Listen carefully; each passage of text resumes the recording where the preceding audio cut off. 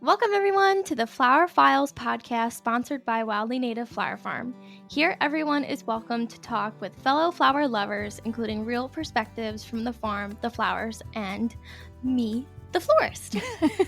From the messy day-to-day operations down to the details and even business perspectives, this podcast has a little bit of everything to keep it real. We know that life can get crazy and we don't always have the time to spend on what we love, so we are here to help you take a little time to indulge in nature. I'm Liza Getz. I'm Lizzie Frey, and we are the team that makes this podcast. Every once in a while, we have a couple guests, this business thing, and what we are working with is called life. Join us as we walk you through how to think outside the box, talk from the farmer's perspective, have honest conversations about florals, and how to run, well, life. So listen in. You can find us on Apple Podcasts, Spotify, in the podcast section, and any of your other podcast platforms. You can also find us online at wildlynativeflowerfarm.com, and in an easy way, you can look in the show notes, and all of the information will be right there for easy access for you guys. Well, good morning, flower friends. This is Liza coming to you live from the closet because it has the best acoustics.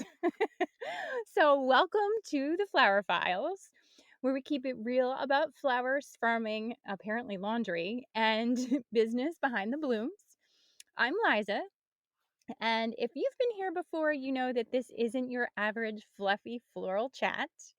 We talk about the wins, we talk about the losses, and we talk about the messy middle of building a business in the flower world, which includes weddings, farmers markets, day-to-day business sales, and everything in between. Today's episode, it's one of those topics that most people don't want to touch, but you need to hear. We're talking about why couples don't book you. From ghosting to price shock to personality clashes and even the dreaded momzilla, we're going there. So that's right. This isn't the pretty bouquets and the dreamy installs. I want to talk about the deal breakers. I want to talk about the lost clients.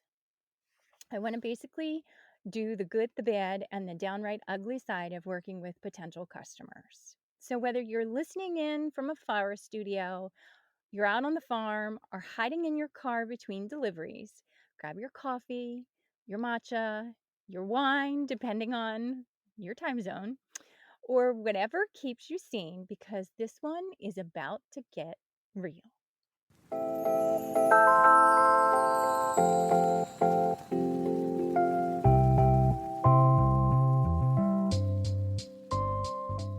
All right, so let's talk about why people should book you. I think one of the most rewarding moments in any of the phone calls that I do is when I first have that moment of connection with a client. When I start off a phone call, I always ask people to tell me a little bit about them and their fiance. It's nerve-wracking talking to a stranger and sharing your deep dreams and really connecting and trying to understand. Pictures are one thing, but it's a little intimidating because you're talking to this stranger. Maybe you have a recommendation from something on this long list that comes from the venue. Maybe it's from a photographer, maybe it's from a friend, but maybe you don't have that. Maybe you're new to the area. Maybe you're just not sure where to start. Maybe your wedding is different than everybody else's around you and you're not sure. So it can be a little intimidating. So when I first ask my clients to tell me a little bit about them and their fiance, a lot of the times there's moments through there where I get to understand their story, where they're coming from. And honestly, that's some of my favorite parts because you can just hear the in the conversation from them, which then means on my end where I'm not as stressed about like, oh my gosh, how is this going to sound? What is this going to be like? Um, it's hard also as the the person making the phone call being like, hey, you want to talk about your wedding flowers? Not knowing, am I the first, the third, or the fifth florist that they're talking to? Am I talking to the bride? Is the bride going to call in her mom or her aunt or somebody else who knows and loves flowers? And those are all slight game changers and shift things a little bit, because I would talk to somebody one way if they are brand new, have no idea what they want, compared to somebody who is in love with flowers and can list 10 different things that they're like, I definitely want these. So it's I feel like there's a little bit of stress all around until you first make that connection. I also think that having a really strong brand is critical at this point. You have to have a strong brand. People don't log on to our website, our social media, or just chat with us in general and go, oh, they do roses and baby's breath. No, they know that they're going to get a completely different feel with us. Our name in itself, wildly native. We're not native in the area to Central America to grow long stem red roses. That's just not what we do. So we do things a little bit different to begin with. So your client knows who they're talking to right out of the gate, kind of thing. So I always try to make sure that people understand that working with us is not like working with a traditional florist. First of all, to work with us, you drive down a long lane, you have flowers on one side, you have a flower barn in the back, and I always personally picture a floral shop where you walk in through a glass door, there's a tinkly little bell, there's this cute shop with all of these beautiful things and little gifts and flowers everywhere, and it smells good, and there's coolers, and everybody's like, "Oh, it's so pretty. It's a floral shop." No, not what you get with us. You drive down that lane, you drive to the back barn, and as soon as you pull up, you know that we're working, because there's buckets everywhere. We're the messy, in your face, nothing's behind the scenes when you walk into that barn. There is plant material on the floor. There's racks of glass and vases and all of that kind of stuff. You walk in, there's things drying overhead. You can tell you are in the middle of everything that is going on. So it's a very different experience. And I don't apologize for that. We are who we are, and this is what we do, and this is how we do it. So having that connection, I love when I get to talk to somebody who is going for their master's, for example, in Chesapeake Bay studies, because man, I can connect with them. And they get it, and I get them, and we understand each other's vision and how everything works. So when you're crystal clear in your brand voice, people who vibe with you will run to sign that contract because they're excited that it all just works. And some people love our creativity and they trust us to completely just make it pretty. Some of those clients, everybody says that that's the dream client. Oh, just make it pretty. Oh, God, no. Oh, that stresses me out worse sometimes because my version of pretty and their version of pretty could be different. I want your screenshots. I want your TikToks. I want your Pinterest pins. I want your spreadsheets. I want your pictures. Um, and I want to make sure that your version of pretty and my version of pretty match. So I think the joy of connecting with couples who share our values and local flowers, the artistry and the ways we do things, and our gut wrenching honesty really, really, really is important. And when someone doesn't book you, it's actually a gift. And it took me a long time to come to terms with us. It took me a really long time to not take it personally. But it's a gift because it means they weren't your person, and now you have more room for the ones who are. So take that, think about that for a minute. It's okay. It's not you. Sometimes it's probably just the cosmos saying, not a good fit, square peg, round hole, all of those things. Yeah, no. So I think it's easy to talk about why they book you, but let's talk about some of those reasons why maybe they don't book you. And here's where you can have a little bit of some understanding. For a long time, when I initially did phone calls, I would take people's information as they went through, because our process is there's initial contact form where they fill out some basic information, and then we send a brochure that has the majority of the prices listed so that people have an idea going into it where we're going to fall. And then they have the option after that to set up a phone call. My goal behind that is three parts. First of all, it puts them in control. Secondly, if they're looking at the prices and they're going, oh, I really don't think this is my price point, or I don't think this is a good match, we know that, and then they never book a phone call. It's not wasting their time and it's not wasting our time. Third, it helps me understand as I go in where their threshold is and where some of those price points are. I'll be honest, for a long time, I was uncomfortable having the money conversation.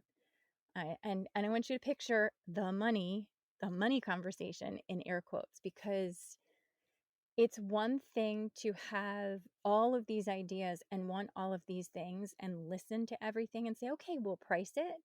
But then it's another thing to go back, do the work, figure out the calculations, sometimes contact the venue if we haven't been there before to find out what their rules are for a hanging installation and things like that. If I know that somebody has $1,000 budget and they want a greenery install to cover the inside of the tent, those things aren't going to match. It just, I feel like couples, brides, because 9 times out of 10, if a guy's on a call, he goes, oh yeah, cool. Well, what do you think? Yeah, let's do that. And he just defers back to the bride. It's very unusual that men have strong emotions when it comes to flowers, unless they're flower literate. But I feel like folks come in and they expect Pinterest worthy work, or AI generated is something else that we're starting to see. Because I'm like, that flower doesn't exist, or that flower doesn't even come. There's not a cultivar in that size, shape, color, variety. Like, so we're starting to see a little AI things come in too. But you've got all of these grand visions, and it's amazing, but people don't understand the time, effort, work, and labor that it goes into. So they want that for pennies. So they want a $10,000 install with a $500 budget. I got to tell you, math is math. So one of the things to think about when you're looking for installations and those bigger pieces that you see that are amazing is the budget, because we have to get there before everything is set, get all of those things set up, make sure the mechanics and hardware work ahead of time. If it's in a tent, we have to prearrange and make sure everything matches. And then we have to install. And then at the end of the night, we have to deconstruct. There's a lot of rules, there's a lot of insurance, there's a lot of behind the scenes things that, I mean, why would you think about it? Realistically, it's pretty and you're like, wow, I would love to have this. Okay. But if you want draping with greens, what are the rules and how does it work and who's installing? And is it ladders or lift? And who's certified to run the lift? Like, there's so many moving parts. And I think that's why having the money talk matters, because it's a little bit of education, but educating the client as to how everything works is really important. But sometimes they're not ready for it. Sometimes they're not ready to hear. And I can hear it in people's voices where they're super excited and they want to do this and they want to do that. And I'm like, that's great. Let's talk about your budget. And if somebody says, well, I have 50 people and I have a budget of $1,000, I'm just like, okay, here are your options. And here's where you are tentatively right now. If this is the end all be all and this is exactly what you want, great, we'll quote it. But if it's not in the cards for you and you don't have any flex in your budget, it doesn't make any sense. And you can hear the disappointment, but I'm also not going to hang a hula hoop in the air with some flowers tied to it and be like, ta-da, here's your $200 over the head piece. It just doesn't make sense. So I think it's really important to be transparent.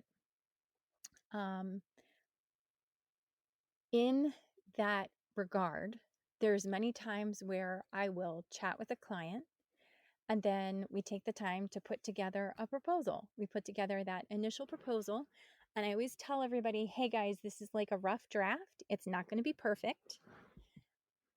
Things are going to change. You're going to have to add, change, delete things as your vision changes throughout the process.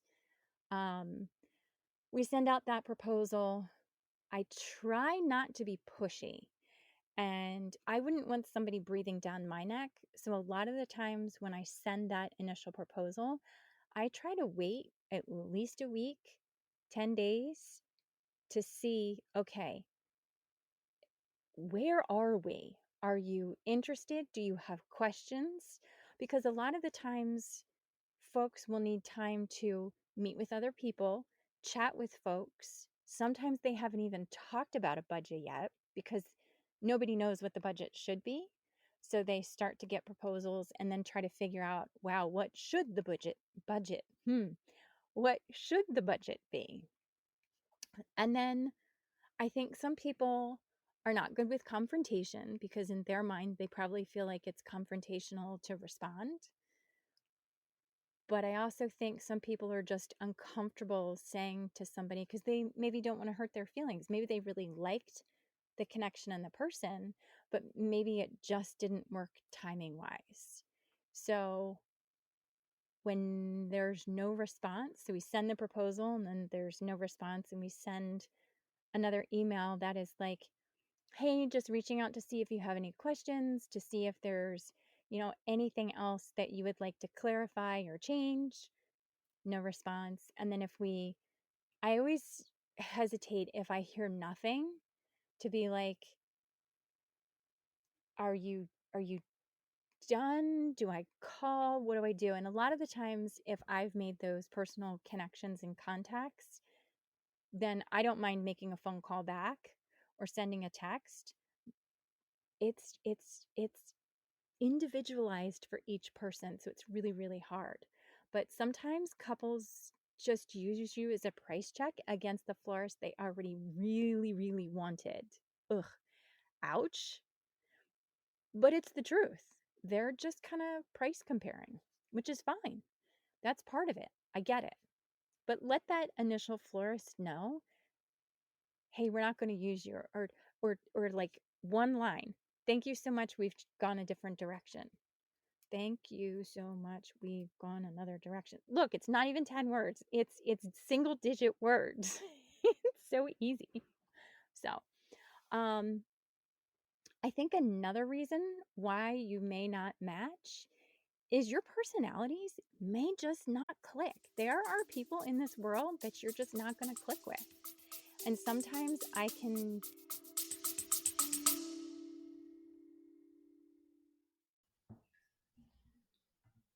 Hey guys, Lizzie here. I bet you didn't know this about me, but I am gluten free, and one of the things that I struggle with is going to the grocery store and finding the foods that fit my dietary needs. What I have been doing for the past couple of months is ordering from Hungryroot. Now, Hungryroot is an online company where you can order groceries off of their website. It's full of produce, crackers, cookies, to muffins, to meats, and all the different types of snacks and things like that. They have made my life so much easier in the process of finding foods that fit my dietary needs. There are filters that you can adjust, such as non GMO, dairy free, gluten free, paleo, different preferences, and things like that. So, what they have done for us, because they're such a generous company, the Hungry Root team has given us a 40% off discount code on your first box. So, if you use the code FLOWER40, and that's capital FLOWER 40 at checkout, you will get 40% off your first box. I'm so excited to team up with these guys. They've made such an impact on my life in the morning and to my day to day life. And I hope you experience the exact same thing that I do. All of the information will be linked down below, including the link to where it should already be pre-applied to your cart when you hit the link and go to their website. And I will also add the code at the bottom for easy access in our show notes. I hope you guys have a wonderful day and enjoy your first box through Hungry Root.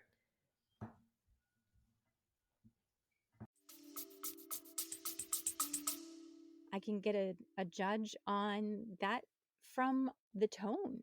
Sometimes it's just the way people speak that you're like, oh, this is not this. We just don't. We're not jiving, and that's okay. But if they're feeling that and you're feeling that, it's okay for you to not be each other's cup of tea. And some people just want a yes, ma'am. Okay, that's great. Some people just want a vendor who's going to do whatever they say, however they say it, without any extra information or recommendations or suggestions or anything.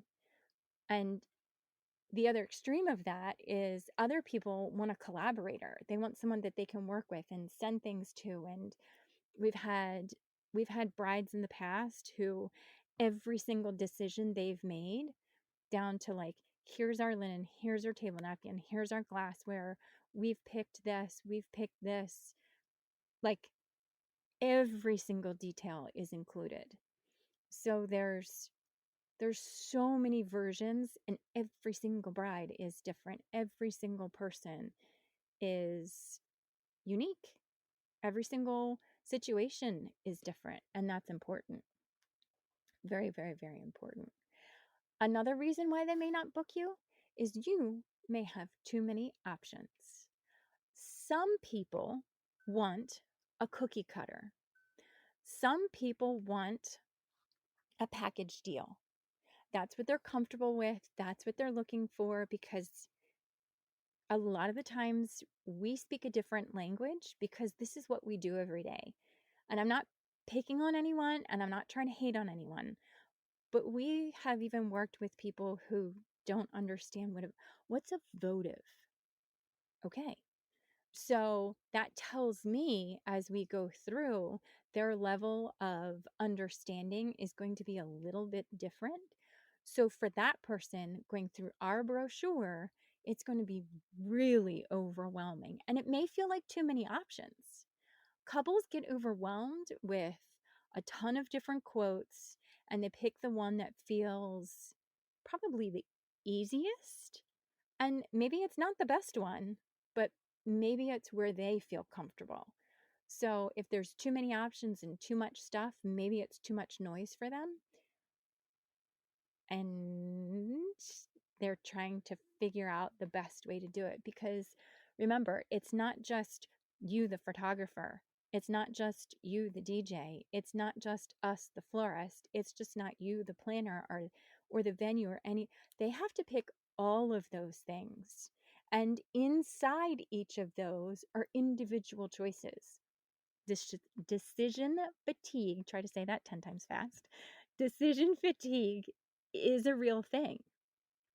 So trying to understand how to manage it and what to do with it, ooh, that can be a tough one. And your communication style. Clients may not book you if your email, website, or that first meeting feels confusing or too overwhelming. So those are kind of some spots where, it's tough. So the ugly truth about when it gets messy is probably the scariest part to share.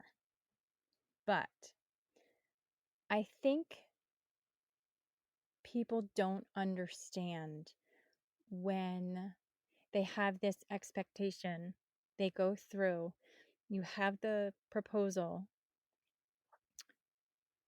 they sign, they then make changes to reduce the budget, or because their vision has changed or something else has come up that is expensive that they hadn't accounted for, and now they're scrambling to try to fix things other spaces.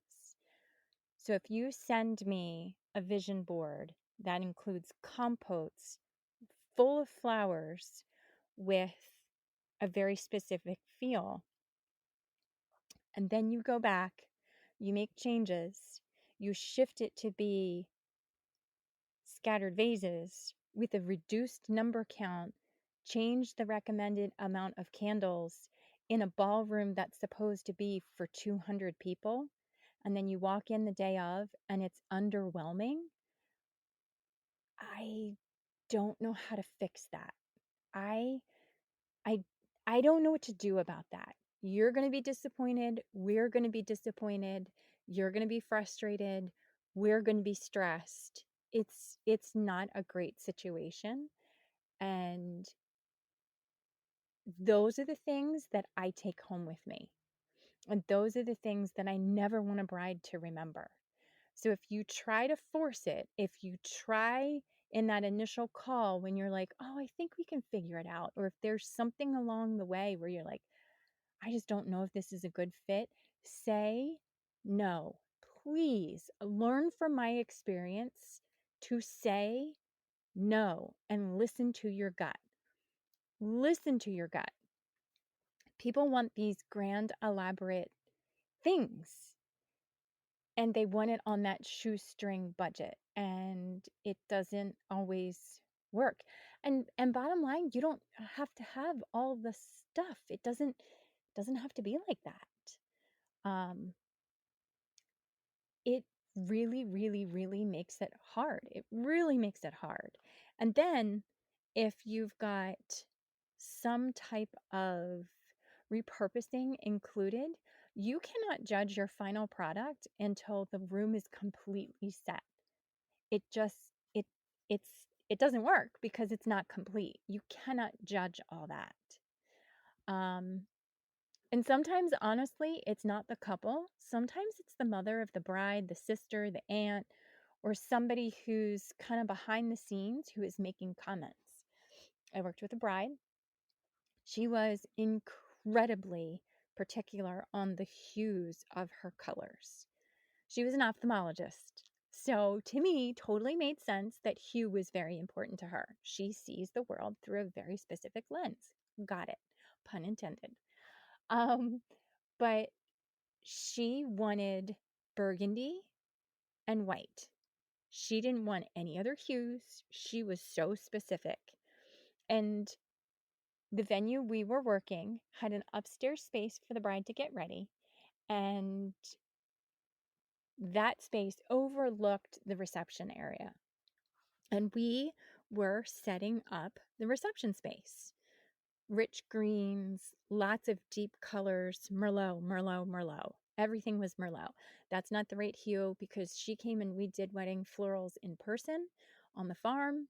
We made sure everything was the correct hues, lots of dahlias, lots of asters, lots of mums, lots of just those really deep, rich colors. Had to be careful with zinnias because they had a couple hues in there that, leaned one direction or the other. So, day of, we're downstairs, we're setting up. I have buckets and buckets and buckets of flowers in the one corner because some of it was on site installation, things that had to be tucked in. And this lady, I didn't know who she was, but she came over and she was like, she puts her hands on her hips and she's looking at me. She was older. She's looking at me and she goes, actually, she didn't look at me. She looked at my partner in crime that day. And she was like, well, where's the pink? And she my gal looked up at her and said, what do you mean? She's like, well, it's not a wedding unless there's pink. We've already had discussions about this. And my one gal, she goes, she's the boss, and points her over to me. So here comes this woman storming. She has sequins on. I distinctly remember the sound of her rustling sequins coming towards me in her heels. I was like, oh God, what is wrong? So, because because fun fact, I didn't hear the first conversation. I was told about it later. So she comes over and she goes, "Well, I hope you're not finished." I said, "No, ma'am, we're not finished. We still have plenty of things to put out." And she was like, "Well, where's the pink?" I said, "Excuse me?" She's like, "Well, where's the pink?" She's like, "It's not a wedding unless there's pink." And I was like, "Well, you're the bride." And she was like, "My daughter." I was like, "Okay." She's like, "Well, my daughter should have pink." And thank God, one of the bridesmaids comes literally running across the room. Here she comes in her little bare feet. She's like, "Oh, come on, Mrs. Such and Such, come on back upstairs. Come on, come on." And she's like, "Well, I just wanted to check and make sure everything was going according to plan and this, that, and the other thing." And she goes, "Oh no, we have everything. It's all straight. Come on, you're needed upstairs." She like not shoves her, but like kind of really pushes her, really encourages her strongly. She turns around, she looks at me, the bridesmaid, and she goes, "I'm so sorry. It was my job to keep her out of trouble." I was like, "Oh my God." She's like, "All I have to do is keep her away from all the vendors." I was like, "Oh my God. Oh my God." So she had a handler. So there is lots of family drama that you may not even know anything about. There may be expectations that are being set by other people that you may not know anything about. So there's lots and lots of other people who are behind the scenes. I've definitely been on phone calls where the bride who thinks she is doing the kindest thing or is being steamrolled, I'm never quite sure, but she'll have her mom and the mother of the groom on at the same time. And I can't tell you how many times that poor bride gets steamrolled by those two women. And it's my job to bring it back to the bride to make sure it's what she wants while still being polite to the other people on the phone. Or sometimes we just have to shift the call and maybe do something later or different. You think you're hired by the bride, but sometimes you realize you're working for a momzilla or an auntzilla. And guess what? Mom's not booking you if you don't bow to her vision. I always feel bad for that bride. Um, as I called out earlier, comparison. We have a comparison culture. I could be getting something better or more for less over here. So, couples shopping you against every other vendor in town is a thing that's going to happen. But we're not Amazon Prime, and stick to who and where you are, because when you try to undercut other people, you end up hurting everybody in the industry. I get it, when you're first starting out, it could be an honest mistake and you may just not know. But you don't need to compete in a race to the bottom. If they don't see your value, let them go, and that's okay. One thing I will say, in the ugly category, there are clients who will ask for the moon, and when you politely explain the reality, they'll call you the difficult one. Those aren't your people. Because at the end of the day, we actually had to put a clause in our contract because we've had people be rude to the point where they were making fun of my team when they showed up to deliver that they had a U-Haul van. When you have that many flowers, you're not going to fit in a usual vehicle. The guys were drunk, they were catcalling. It was so rude and so uncomfortable, and it was just so extra. Um, it's hard. It's really, really hard. And if you know going into something that it's not a good fit from that phone call or from somewhere in the contract, listen to your gut. Absolutely listen to your gut. So, and let's call out the mental toll. Let's talk real here. There is self-doubt when you're ghosted, when you're undercut, or you're just plain dismissed. It stings. It makes you feel bad. And everybody says, "Oh, you have to build a thick skin and know that no booking is better than the wrong booking." And they say that, but it's still okay to be that little kid inside being like, "My feelings are hurt." Or that big kid, or that whoever you are inside, and be like, it hurt my feelings, or I don't understand, or I'm so frustrated. It's okay to have those feelings, but it's not okay to perseverate on them. Move on. Business is business, and business is cold. And as much as we are in a fluffy, fun industry, it's still business. You have to treat it like a business. So let's talk about the point of all this. What was the point of all of this? This is not a complain session. This is not, "Ugh, she's just bitching on the pod." No, I'm not. I want it to be real. I want the conversations to make sense, because I wish someone had said some of these things to me. The first time I had somebody who was disappointed with us, I was panicked and I was crushed. And if I were to work with them today, if I was to book with them today, I wouldn't have been in the same space, because I would have caught different flags. So not everyone is going to book with you, and that is perfectly fine. Your job is not to be the cheapest, the easiest, or the most available. It's to be the right fit for the right couple. And learn from every no. Ask yourself, was it my pricing? Was it my communication? Was it my process? Or was it just not my client? And that's okay. So, a couple quick tips. Make sure you refine your inquiry process to make sure that they know who you are and what you do. Be crystal clear about pricing and value upfront. You want to attract the right clients by showing your real work and your real style. And most importantly, don't take every no personally. So at the end of the day, some clients aren't going to book you because you're not for them. And that's the good news. Your energy, your time, your artistry, it's sacred. It's important, and you want to protect it. So the right couples are going to find you. They're going to value you, and they're going to celebrate you, going to celebrate with you. The wrong ones, let them walk, because you are not for everybody. You're for your people. So on that note, I'm glad, those of you who are listening, that you are my people. And I am so excited to share this episode with you. And if it resonates with you, please share it with a friend. Can you do that like thing and share and all of that kind of stuff? Because it really helps us grow, and it really helps us understand our people. So, till next time, that's all for now. I hope this episode helped you. I hope you have a fantastic day.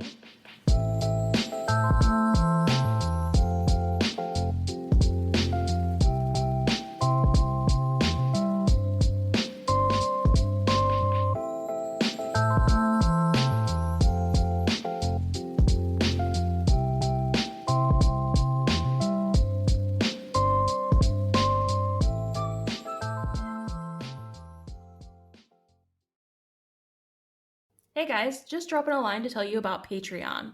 So I asked them, meaning Mom and Amber, what is Patreon anyway? Because I honestly had no idea. So we're going to explain it to you from our perspective so that you understand and so that I understand. Because the first time I saw it, I was like, Patron? We're drinking tequila? Great. So Patreon is for less than a cup of coffee, those fancy coffees that y'all like, a day, you can sign up to become one of our members. A little family. Exactly. And what does that get us? It gets us some freebies, some special episodes that other people do not get access to. You can interact with us on a special platform where we can ask you questions and interact with you. It's tons of fun. Mm-hmm. And even on those special episodes, we might be less censored than we are already. And we're going to have a couple fun ones that we can just kind of throw in there and talk about and laugh and go on tangents and have fun. So I hope that you all enjoy it, because we're going to have fun along the way. We're crazy excited. Thanks, guys. Yeah. Back to the episode now. Yeah. Bye. Gracias.